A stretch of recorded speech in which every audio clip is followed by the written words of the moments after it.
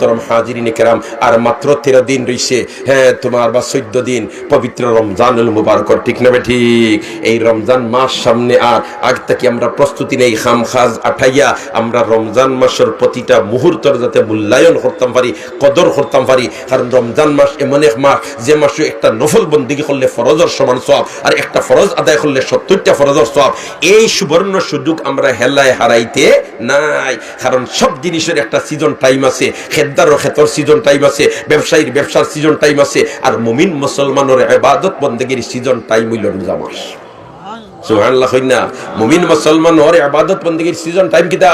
রোজা মাস। এর কারণে নামাজ পড়তে সময় আমি রোজা মাস যাতে একটা মুস্তাহাবি সুন্নত ছুটে না, ওলা গুরুত্ব দিয়ে রোজা মাস পড়িতাম। কেনে আমি এই নফল আদায় করমু, আমার আল্লাহ ইটারে ফরজের সমান মর্যাদা দিলেইব। সুবহানাল্লাহ। আর রমজান শরীফ ব্যতী রেখে বাকি 11 মাসের সারা সুন্নত আর নফল রে একত্রিত করিয়া যদি এক ফাল্লা তুলয়, আর অপর ফাল্লা যদি একটা ফরজ রে তুলয়, তে ফরজের ফাল্লা বাড়ি হয়ে যাব। 11 মাসেও এক ফরজের সমান ওইবার উপায় নাই। আর রমজান শরীফও একটা তোমার নফল আদায় করলে আপনার ফরজের সমান সওয়াব, আর একটা ফরজ আদায় করলে 70টা ফরজের সওয়াব। সুবহানাল্লাহ। ওবাই হল দোস্ত হল বুজুর্গ হল, আমল সে জিंदगी बनती है, जन्नत भी ही जहन्नम भी ही, ये खाक अपनी फितरत से ना नारी है ना नुरी। বলেতে তুমি তাই রাত ঘুমাইবার সময় কোরআন শরীফ এক খতম দিয়া ঘুমাইও। সুবহানাল্লাহ। এখন আমি গাওয়ালি বেটা, হাবিব চাবেও যদি এক খতম কোরআন দেওয়াত লাগই, তাহলে অন্তত পক্ষে তান লাগি 6-7 ঘন্টার দরকার। আর আমি তো দুম পাবলিক মানুষ, আমার তো এক রাইতেও খতম হইতো না, আমি আর ঘুমাইতাম না নি? আমরা তো একটা প্রশ্ন আয় না নি? ও ভাই হল না দুস্থ হল বুজুর্গ হল, আমার আল্লাহ তার হাবিবের মাধ্যমে ব্যবস্থা দিয়া দিলেইছে, কিতাব ব্যবস্থা। যেমন পরীক্ষার মধ্যে প্রশ্ন আয়, প্রশ্নের মধ্যে কিছু প্রশ্ন থাকে শর্ট প্রশ্ন, আর কিছু প্রশ্ন থাকে বড় প্রশ্ন। শর্ট প্রশ্ন মানে উত্তর সংক্ষেপ, প্রশ্ন সংক্ষেপ, ঠিক না ঠিক? আমার আল্লাহর হাবিবে বায়ান করে দিলেন, তোমরা যদি রাত ঘুমাইবার সময় 3 বার সূরা ইখলাস কুল হুয়াল্লাহু পড়িয়া ঘুমাই দাও, এক খতম কোরআনের সওয়াব পাইলিবা। এখন এক খতম কোরআনের সব 3 বার কুল হুয়াল্লাহ পড়লে ফাইলি ভাই। এই কুল হুয়াল্লাহ সূরা ইখলাস 3 বার পড়তে আধা ঘন্টা সময় লাগবো না, 10 মিনিট লাগবো না, 15 মিনিট লাগবো না, 5 মিনিট লাগবো না, মাত্র 3 মিনিট শেষ। এক খতম কোরআনের সব লইয়া তুমি ঘুমাইলা। হায়রে নবী ফরমাইন, এক খতম ফারজ না রে ও আমার উম্মত, কোরআনের 2/3 খতম করিয়া ঘুমা। বলেতে 2/3 খতম করতে হইলে তো 20 পারা, 20 পারা পড়তে হইলে তো 2 রাইতেও আমার দ্বারা সম্ভব নাই, আমি সাধারণ পাবলিক। বলেতে না না না, শর্ট সিস্টেম আছে। সূরা ইখলাস কুল হুয়াল্লাহ 2 বার পড়িলাই 20 পারা কোরআন খতমের সব আল্লাহ দিলেইব। সুবহানাল্লাহ। আউটা যদি সম্ভব হয় না, তে সুলুসে কোরআন তুই পড়িলাই। সুলুসে কোরআন কিতা? বলেতে কোরআনের 3 বাটের 1 বার। বলেতে 3 বাটের 1 বার হইল তো 10 পারা। 10 পারা আমি পড়বো কিলা? বলেতে শর্ট প্রশ্ন শর্ট উত্তর। তুই একবার সূরা ইখলাস কুল হুয়াল্লাহ পড়িলা, 10 পারা কোরআন খতমের সব পাইলিবি। अमल से जिंदगी बनती है, जन्नत भी ही जहन्नम भी ही, ये खाक अपनी फितरत से ना नारी है ना नूरी। আমলের দ্বারা জিন্দেগি বনে। এর কারণে ভাই হল দোস্ত হল বুজুর্গ হল, রমজান শরীফ আমরা রুটিন বানাই লিতাম যে দৈনিক আমি অবশ্য কোরআন শরীফ কিছু তিলাওয়াত করতাম হইব, ঠিক না বেঠিক? ইমামে আজম আবু হানিফা সাহেব রহমতুল্লাহি তাআলা আলাইহি জান মযহবর আমরা অনুসরণ করি। ই ইমাম আবু হানিফা সাহেব রোজা মাসের 30 দিনে 61 খতম কোরআন দিতা। কত খতম দিতা? 61 খতম দিতা। সুবহানাল্লাহ। তারাও মানুষ আমরাও মানুষ, তারাও মানুষ আমরাও মানুষ, কিন্তু তাদের স্তর কোথায় আর আমরার স্তর কোথায়? 61 খতম নাই। আমরা তো অনেক আছি, 1 খতম 30 দিনে দিতাম পারি না। এটা আফসোসের ব্যাপার, ফস্তারির ব্যাপার। এর কারণে ভাই রমজান শরীফ হইল কোরআন নাজিলের মাস।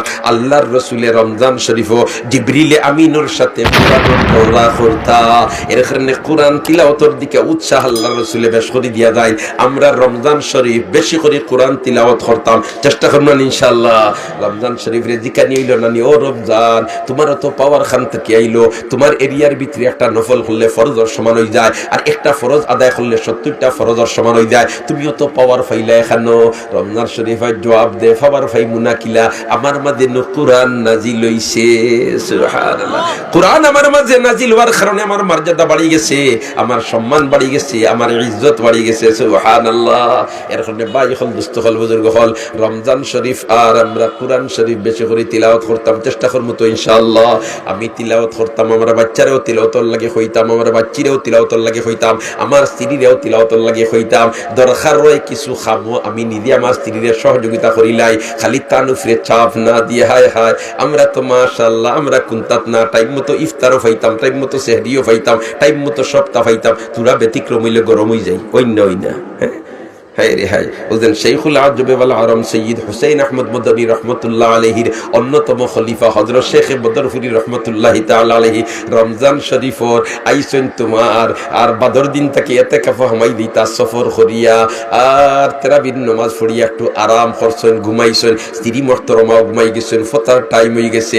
যেমনে দেখছেন তোমার হযরত বদরপুরি রহমতুল্লাহ আলাইহি তার স্ত্রী মুহতারমা ঘুমোতাই না সালাইন না হল্লে হল্লে উঠিয়া তাই তরকারি গরম করি লইছেন, বাত রান্ধি লইছেন, বাত রান্ধিয়া তরকারি গরম করিয়া আস্তে আস্তে স্ত্রীর মাথাত গিয়া টাইম উঠি ধাক্কা ফতার সময় হয়ে গেছে সুবহানাল্লাহ। স্ত্রী মুহতারমা উঠছেন, উঠিয়া ইন্না লিল্লাহ আমার জামাই কত দিনে আইসুন আর আইজ আমি বাত রান্ধিতাম কোন বেলা তরকারি গরম করতাম কোন বেলা, হায় রে গুমার ফাইলা নানি তুমি সময় বেটি আফসোস লাগছন। হযরত তখন চিন্তা করিও না হিবাদু আমি আগুয়ে গেছি, আমরা ইলা হইলে তো খমর বেরিয়া খেয়েছিলাম একটা মাতো না দেখুন এবার আর ফাইজত না নিশ্চয় ও ভাই না তুমি আর সহযোগিতা করো, খালি চাপ সৃষ্টি করিও না।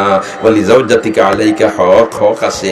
আল্লাহ পাক পরবর্তীকারে আলমে আমরার সর্বক্ষেত্রে আল্লাহর হুকুম নবীর তরিকা মানিয়া চলবার তৌফিক দেন হকলে আমিন হয়। শেষ কথা আমার রমজান শরীফ আর হকলে তাহাজ্জুদের নামাজ পড়ার চেষ্টা করবা, যে আমল আল্লাহর রসুলের জীবনেও সার্থা না।